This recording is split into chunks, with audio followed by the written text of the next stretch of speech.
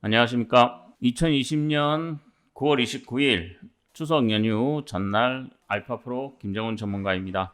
오늘 우리 시장은 전반적으로 미국 시장의 반등, 그리고 유럽 시장의 반등에 따라서 전반적으로 양호한 흐름들을 좀 보여주고 있습니다. 오전 장 시작해서 상승 종목 수가 한 1000개를 넘어갔었죠. 1000개를 넘어가고 그랬었지만 시간이 좀 지나면서 아무래도 추석 연휴에 외국인들은 양 코스피와 코스닥 시장에서 차익 매물을 내놓으면서 아무래도 이제 상승 종목 수가 조금씩 줄어드는 그런 모습들을 좀 보여주고 있는 가운데 어제 보여드렸던 이제 스마트카, 그렇죠? 자, 스마트카 관련 부분, 특히 오늘 자율주행 쪽이 또 강세를 보이고 있습니다. 물론 제약 바이오 쪽에서도 신데카 바이오라든가 코로나 치료제, 백신 관련돼서 아무래도 이런 부분들이 좀 이슈화가 되는 그런 전반적인 시장을 좀 보여주고 있다. 이렇게 보여지고 있습니다. 자, 오늘은 문재인 정부에서 수소 경제, 과연 그러면 경제 정책 수혜주는 어떤 게 있을까? 그리고 현대차가 사우디에 수출함으로 인해서 아람코와 어떤 수소 협력 체계를 구축할 수 있는 그런 계기를 마련함으로 인해서 제2의 현대차 관련 종목들, 그리고 앞으로 이 자동차 부품 관련주들의 어떤 흐름, 추석 연휴 이후에 어떤 흐름들을 좀 보여줄 수 있을 것인지에 대해서 살펴보도록 하겠습니다. 그 전에 좋아요와 구독, 알림 설정 안 하신 분들은 꼭 알림 설정 해주시고요. 저희 방송을 보시면은 아무래도 그 다음 날 아무래도 종목들이 조금씩 변동성들이 좀 키워가는 그런 양상들을 보여주고 있기 때문에 아무래도 여러분들 매매에 조금 도움이 되셨으면 좋겠습니다. 오늘 우리 시장은 원달러 환율이 다시 4.3원 내렸네요. 1169.3원, 1170원대를 하회했지만 추석 연휴 이후가 좀 길어지는 관계로 인해서 외국인들의 매도세가 조금 이어지고 있습니다. 물론 코스닥 쪽에서는 기간의 매도세가 이어지고 있죠. 그래서 전반적으로 보시면은 상승 종목 수가 많긴 하지만 장 초반보다는 조금 많이 줄어들었다. 이렇게 판단이 되고, 일단 전반적인 지수 아시아 시장에 비교해 보시면은 전반적으로 우리 시장이 좀 강한 흐름을 좀 이어가고 있다. 이렇게 판단이 됩니다. 과연 그러면 어떠한 섹터들이 지금 시장을 이끌고 있을까? 한번 살펴보도록 하겠습니다. 자, 오늘 일단 보시면 지금 라닉스라든가 그 다음에 모트렉스, 그 다음에 더미동, 그 다음에 모바일 어플런스, 대표적으로 우수 MS, 인포뱅크, 전반적으로 자율주행 관련 섹터가 상승세를 이끌어가고 있습니다. 그렇다고 그래서 수소차 관련 섹터들 역시 약한 흐름이 나오지는 않고 있습니다. 전반적으로 일단 상승 흐름을 이어가고 있는 과정이고, 또 2차 전지 쪽도 보시면은 전반적으로 상승 반등을 좀 하고 있는 가운데 M+가 아무래도 조금 제일 강한 이런 흐름들을 좀 보여주고 있고, A-프로 한번 말씀을 드렸죠. A-프로도 다시 조정받고 다시 오늘 5%대의 상승세를 좀 보여주고 있습니다. 전반적으로 시장은 아무래도 보시면은 제약 바이오 쪽, 그리고 추석 지나고 연휴가 지나고 나면 이제 중국 왕이 이 부장의 방한 가능성, 이런 부분들이 중국 관련 화장품 관련 섹터들도 상승세를 좀 보여주고 있고요. 오늘 오전장에서 조금 특이했던 거는 아무래도 카카오 게임즈가 연일 조정세를 보이다가 이제 반등세를 좀 보여주는 그런 양상들을 좀 보여주었고요.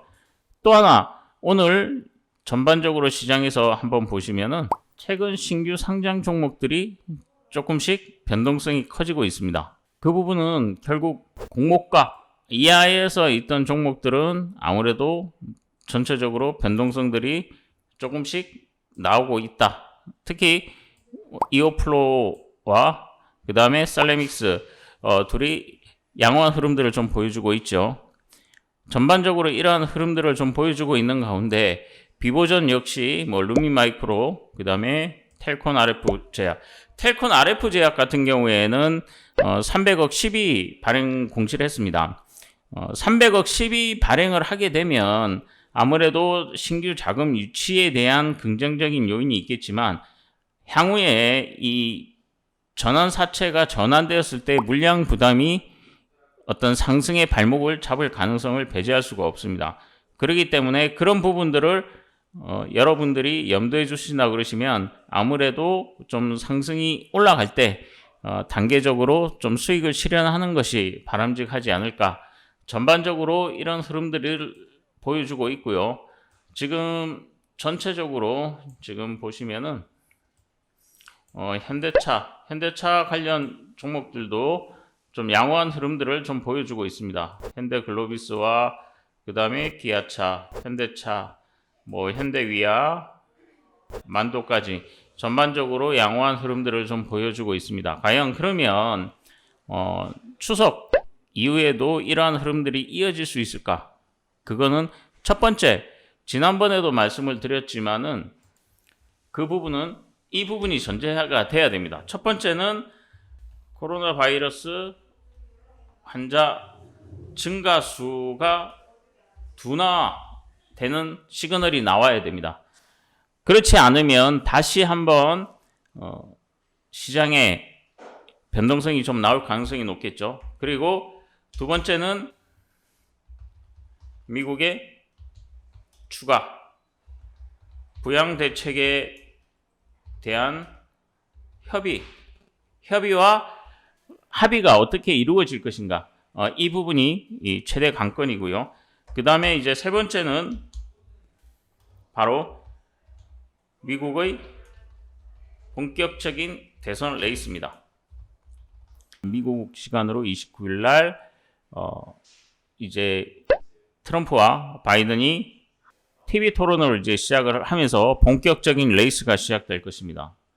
그렇기 때문에 어느 쪽이 더 유리할 것인가, 이러한 부분들은 조금 시장의 변동성을 키우는 요인으로 작용할 가능성이 높습니다. 왜냐?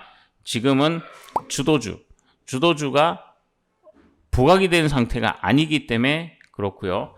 그 다음에 마지막으로 저희가 보면 이제 3분기 본격적인 실적 시즌에 돌입함으로 인해서 3분기에 실적이 개선되는 이러한 종목들이 상대적으로 3분기 추석 연휴 이후에 수급들이나 아니면 그러한 부분들이 시장을 좀 이끌어갈 만한 종목들로 보시면 될 것 같습니다. 물론 또 하나 이제 마지막으로 하나 더 본다 그러면은 이제 낙폭 과대 종목. 낙폭 과대된 종목들은 중간에 반등이 나오더라도 일시에 한번 나왔다가 주춤할 수 있는 그런 모습들을 좀 보여줄 수가 있습니다. 그러면 과연 이제 이 수소차 시장에서 어떤 종목들을 좀 관심 있게 봐야 되냐? 자, 지금 이제 수소차 쪽에서는 뭐 대표적으로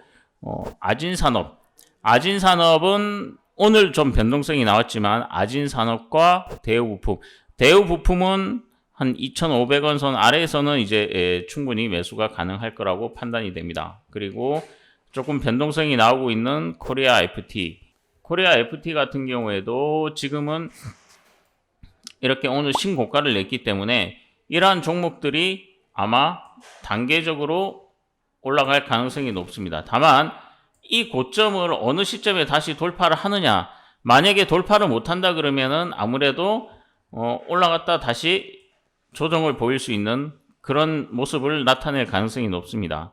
다만 이제 수소차 관련주들도 이제 실적이 뒷받침된다 그러면은 아무래도 이러한 거래량을 다시 한번 수반시킬 수 있지 않을까, 그렇게 판단이 됩니다.